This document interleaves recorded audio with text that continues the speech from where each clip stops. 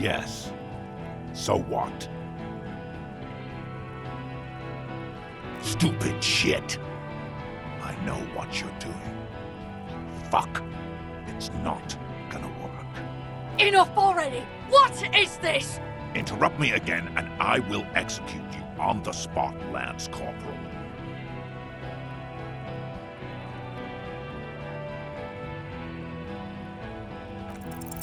All right, really?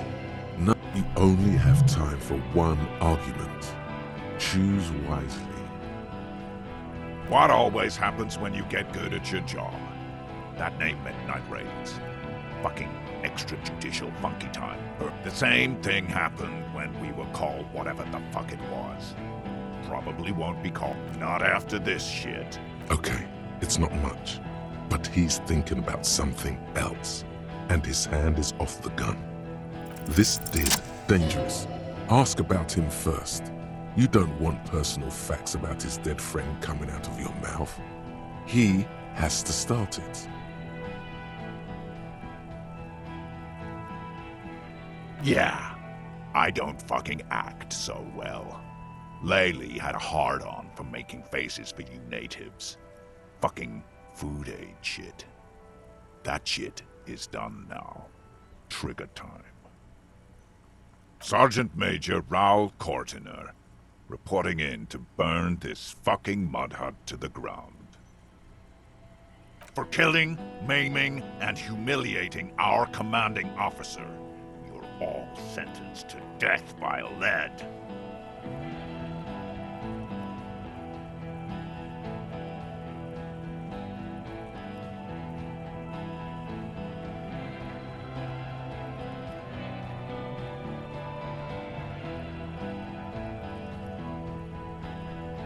Fuck do you mean, talker? We've heard testimony. People say he was charismatic, a nice guy to be around. Yeah, he liked to chat up the natives. Share leaflets, squeeze a bit of kip-tass here and there. Great fucking idea that turned out to be. If Laylee was here, he would spare the lot of you. Maybe shoot one for show. But me, I'm not a big fan of public affairs, clay monkey. I'll gun every one of you down for what you did. Ready to open fire, Major. At your command. Our colonel did what he had to do. It was either one cunt or 100 of them.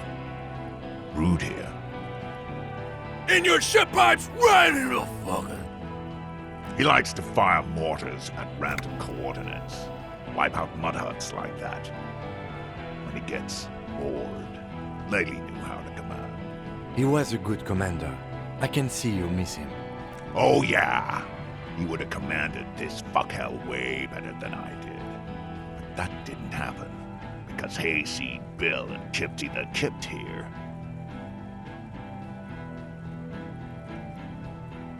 fucking murdered him. Had him stink the village up for 2 weeks after. And you fucks did nothing. Listen, man. We told you we... Told us what?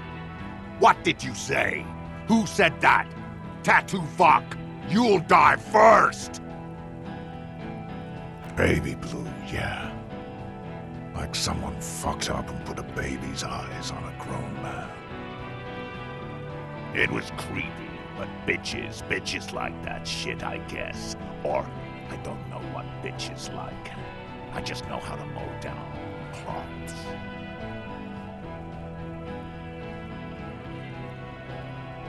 Find his killer.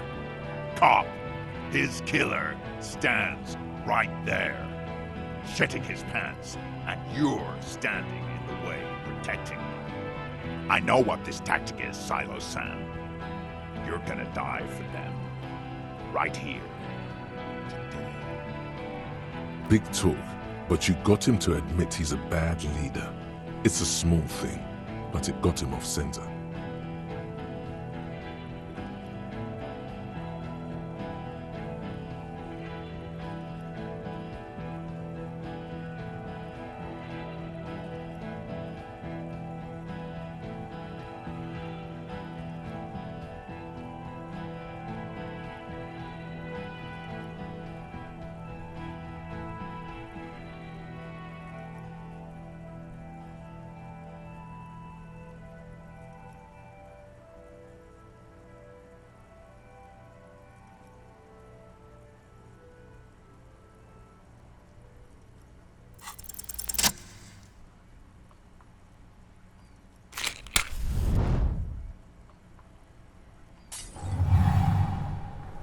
with a crash of shattering glass and a terrible roar. The fire draws in oxygen. The bomb hits the mercenary in the chest, swallowing him in flames as he staggers backward. In the fiery inferno, you see your tie, coiling around the man's neck. It is no longer horrific, but beautiful and pure.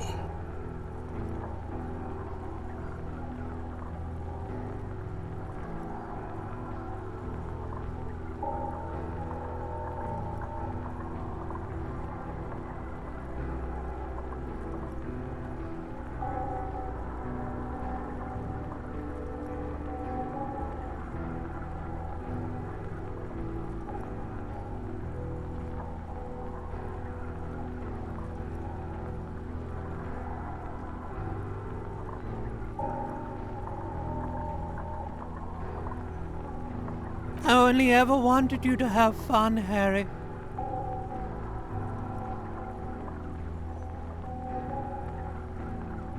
My name, should you know it, is Jubson AS Men's Fashion Model Colorful Tie, catalogue number J327.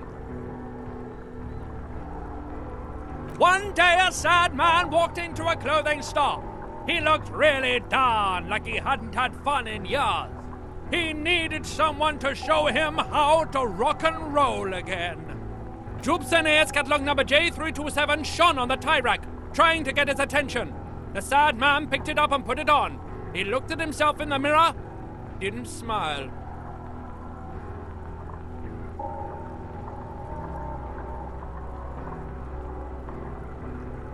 And from that moment on, we rode together. The rest of your clothes were still normal back then, but we took care of that soon enough. Truthfully, not a lot. I did everything a multi-pattern necktie can do to help a man. I mean, I tried to get you to do all the fun things. Drink beer, drink wine, drink cider. Go to parties with young people around and drink beer and cider. Do drugs too, so you don't fall asleep. You had some fun, but not enough to heal you. Your heart is broken, Bratushka, and it cannot be mended. Believe me, I've tried. No, you're going to be mowed down by gunfire from the two remaining mugs. So no, not forever. You both did, Bratan. Deep down, you know it was both of you. No, it was her mostly. Don't lie to him, Necktie.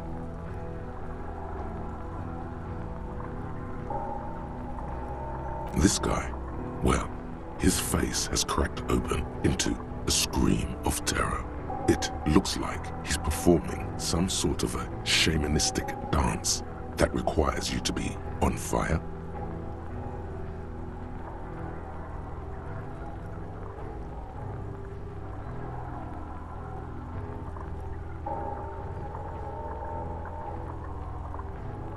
Yeah, his body contorts in a very disturbing manner.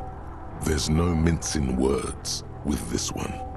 He's dying a horrible, painful death as you're talking to your tie in your head. Eventually we all do, Harry.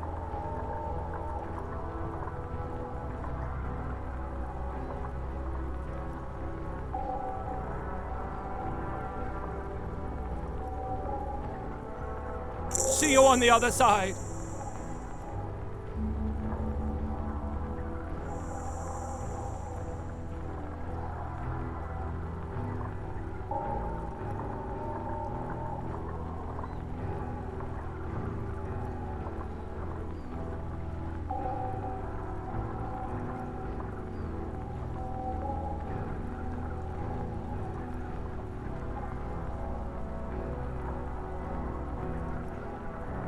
Harry, for God's sake! Watch out!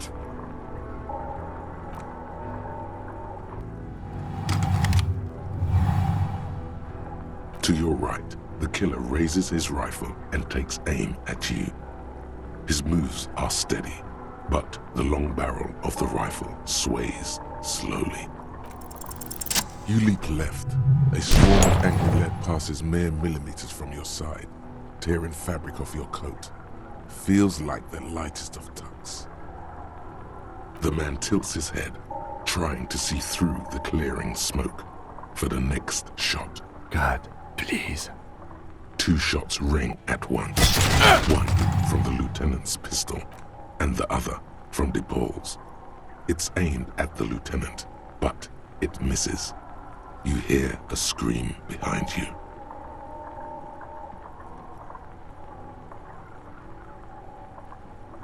Blood gushes from the helmet's eye sockets as Rude staggers back, disoriented. The sounds coming from his helmet are not human. An unbelievable shot from the lieutenant. Glenn, dying in a puddle of blood behind you. His mangled torso has 2 gunshot wounds. Blood gushes out of them like red geysers. Oh God, watch out. You see 2 crazed eyes stare at you through the burning meat and the flames. With his face boiling off, the man raises his pistol at you.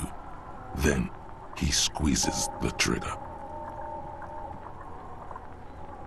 The look of vengeance framed by melting skin. This is the last thing he will do on Earth. But he will do it. He will end you. Here it comes. Death.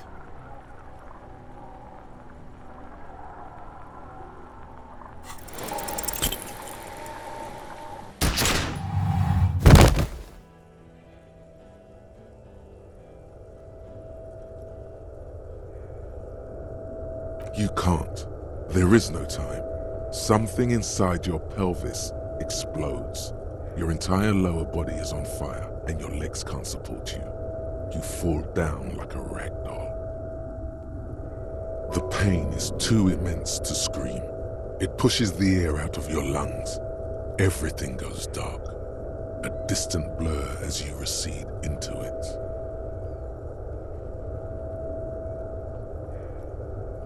You're bleeding out.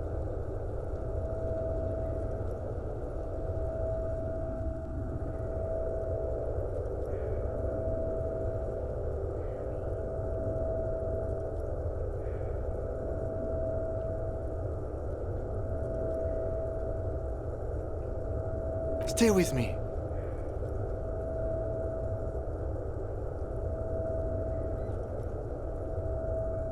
Yes, keep talking. You hear me? Stay. But you can't. It's so hard. Your eyelids grow heavy, and the sounds ever more distant. And a cold comes over you. The lieutenant, too, is somewhere far away. Almost gone. A slender white shadow towering. Someone stands there, raising her pistol at him. The lieutenant does not see it. Scream immediately. He's gonna die.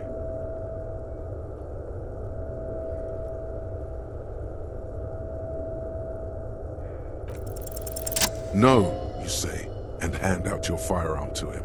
Your hand trembles, and your eyes are full of fear. That's all it takes. There is no room for hesitation. The lieutenant moves like a spring unloaded. He grabs the gun from your bloody hand and fires behind him.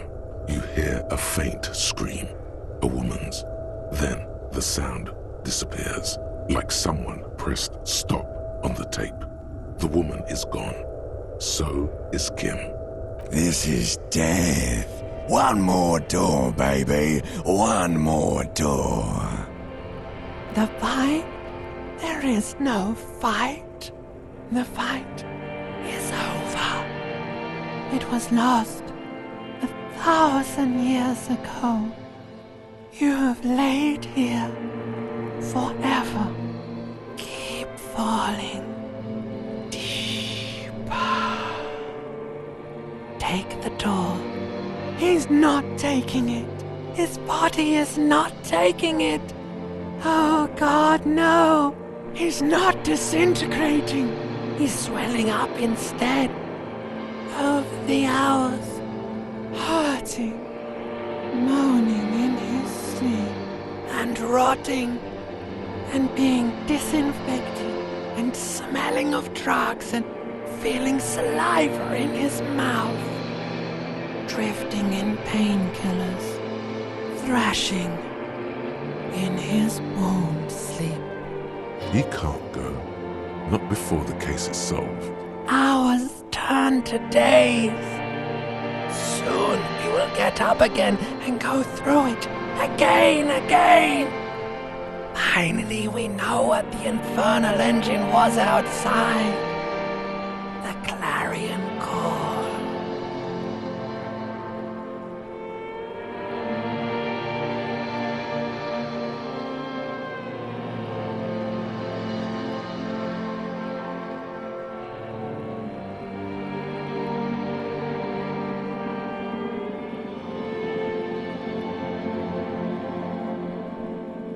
The engine of a Caprice Kinema.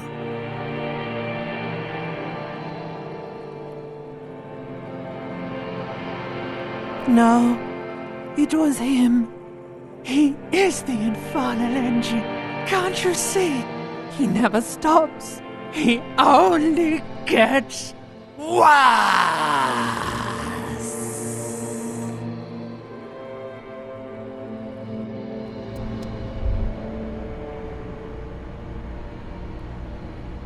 You see the lieutenant's familiar shape in the orange jacket. It turns double, then triple, from the pain.